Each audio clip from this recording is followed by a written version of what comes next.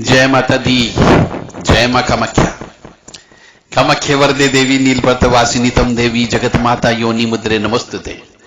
कामाख्ये काम संपन्ने कामेश्वरी हर प्रिय काम नाम देही में नित्यम कामेश्वरी नमस्तुते।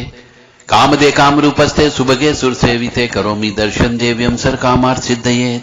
ओम महेशानी महामाये चामुंडे मुंडमालिनी आयु आरोग्य ऐश्वर्य देही में देवी परमेश्वरी। ओम जयंती मंगला काली भद्रकाली कपालिनी दुर्गा क्षमा शिवा धात्री स्वाहा सदा नमस्तुते। ओम सर्वमंगल मांगल्ये शिवे सर्वा साधिके शरण्ये त्र्यंबके गौरी नारायणी नमस्तुते। दुर्गति नाशिनी दुर्गा जय जय, काल विनाशिनी काली जय जय, उमा रमा ब्रह्माणी जय जय, सीता राधा रुक्मणी जय जय।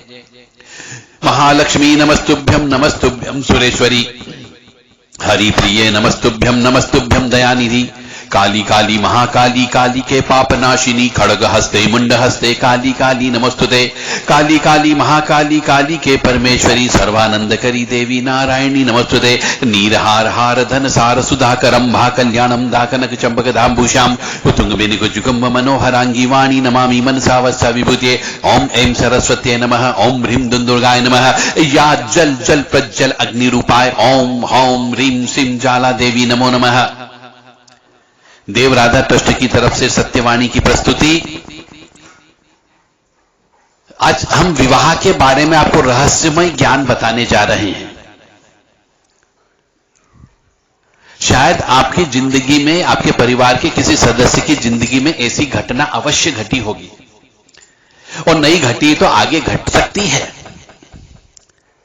उदाहरण के लिए ले रहा हूं मैं, ये आज का केस बता रहा हूं आपके सामने, और जीवन की सत्य घटना है, और इसके लिए आपको ध्यान रखना होगा।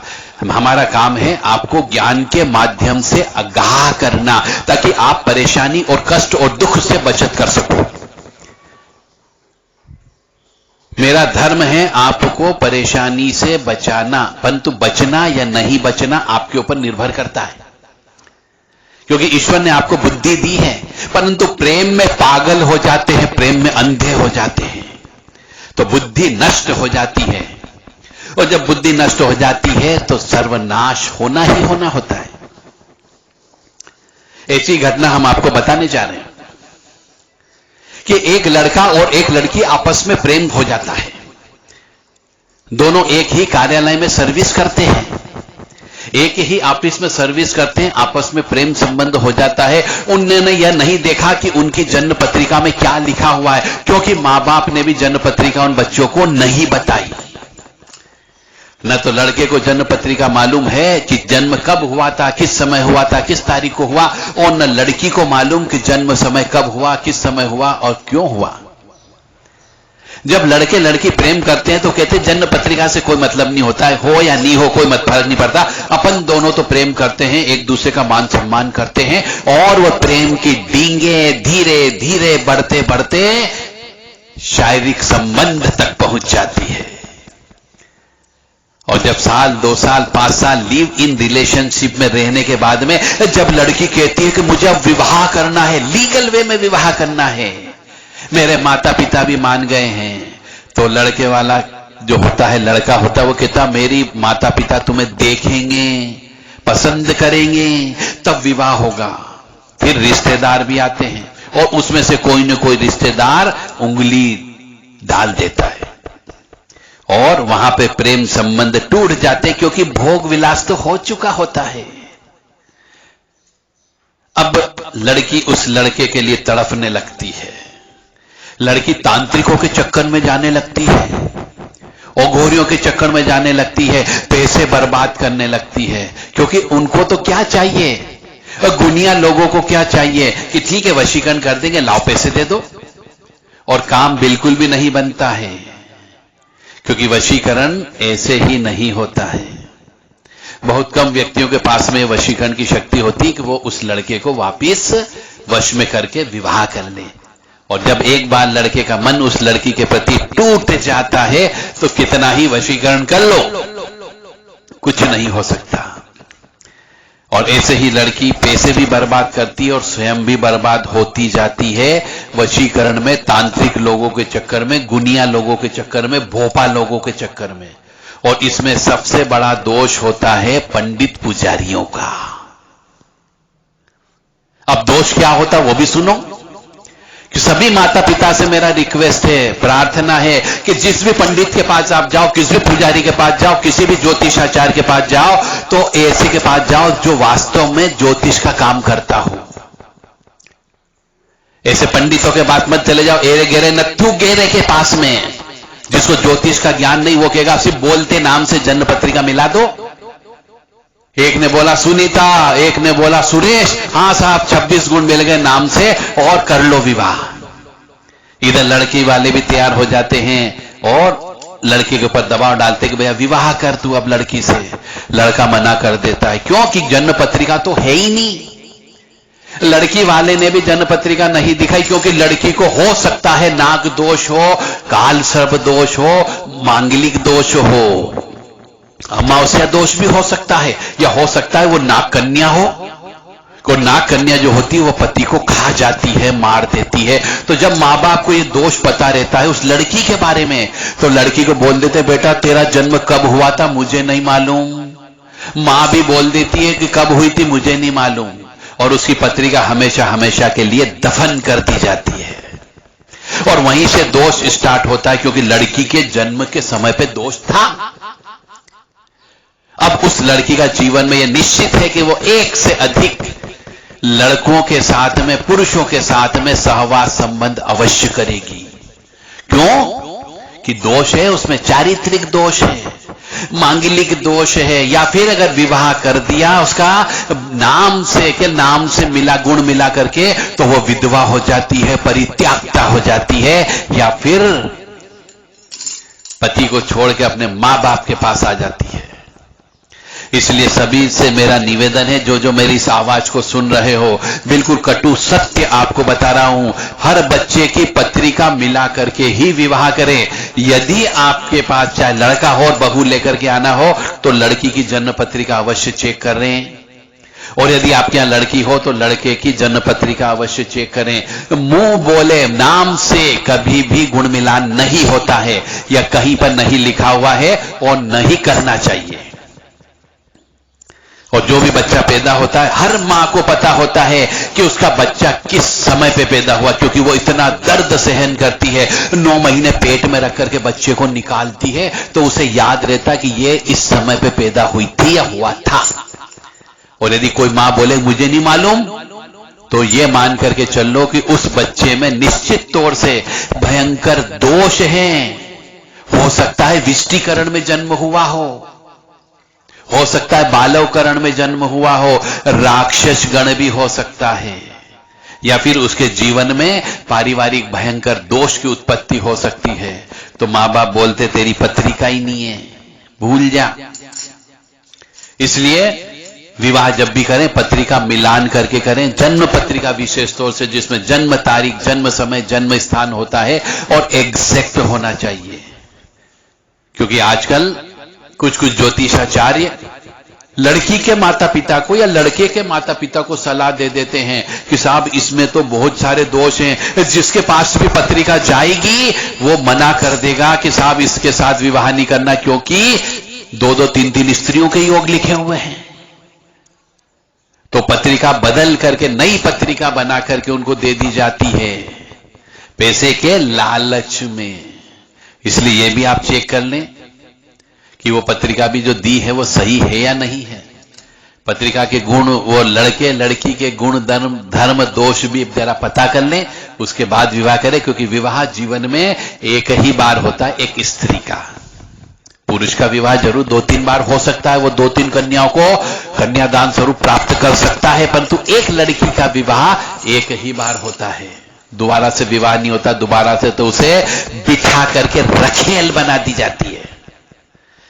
हो सकता है मेरी इस आवाज से कईयों के दिल को ठेस पहुंची हो, कई माता बहनों को भी ठेस पहुंची होगी जो इस तरीके से रह रही है, तो मैं उनसे माफी मांगता हूं। जो सच्चाई है वो सच्चाई बोला, क्योंकि ये सत्यवाणी चैनल है।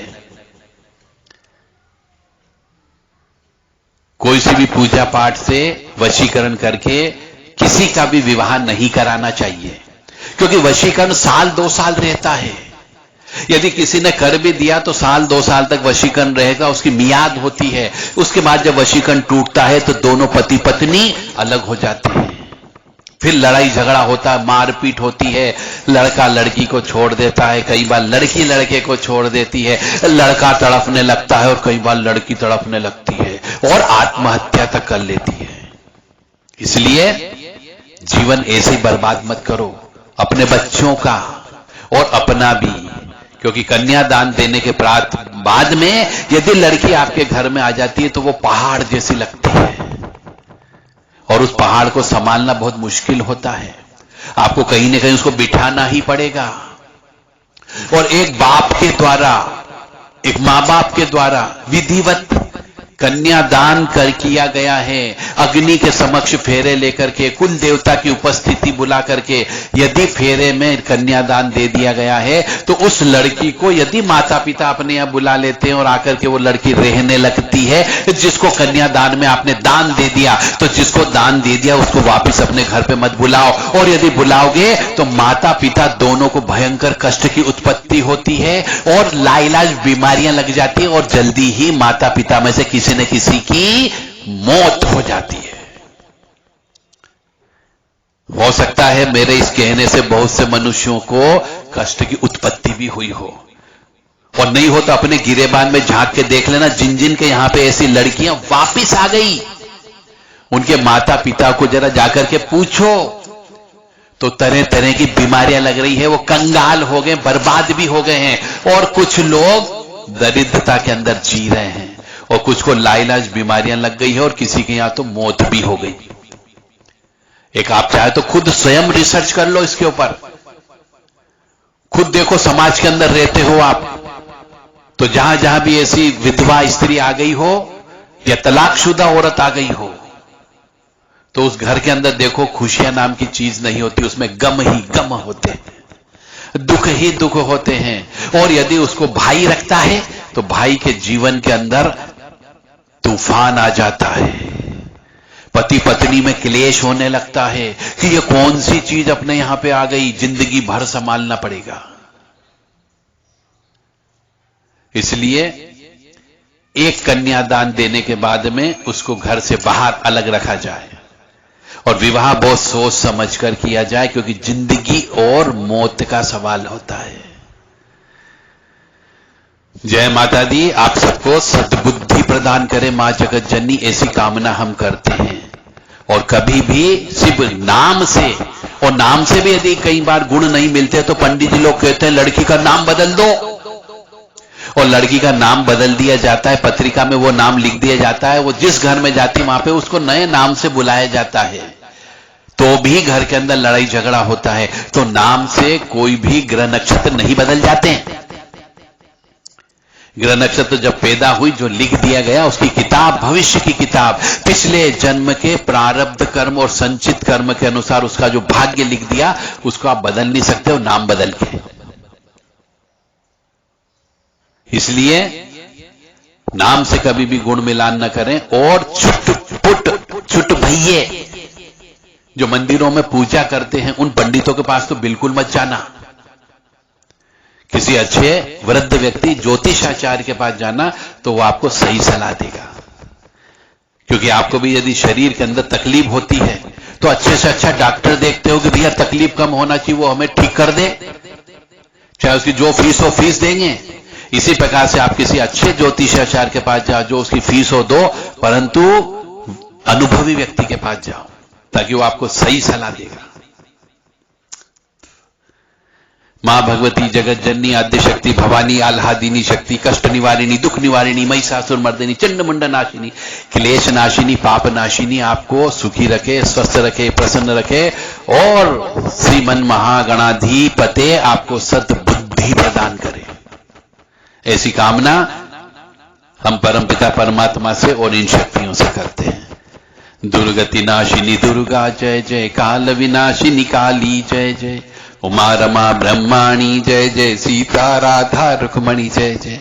इस मंत्र का जप करते रहो, दुर्गति से बच जाओगे, और अचानक एक्सीडेंट या डेथ होने से भी इस मंत्र से आप बच जाओगे, क्योंकि काल का विनाश करने वाली काली को यदि आप रोज याद करोगे, दुर्गति का नाश करने वाली दुर्गा मां को रोज याद करोगे, तो आपकी दुर्गति नहीं होगी, अच्छी जगह विवाह होगा और कभी भी एक्सीडेंट में मौत नहीं होगी। इसलिए इस मंत्र को जप करते रहो।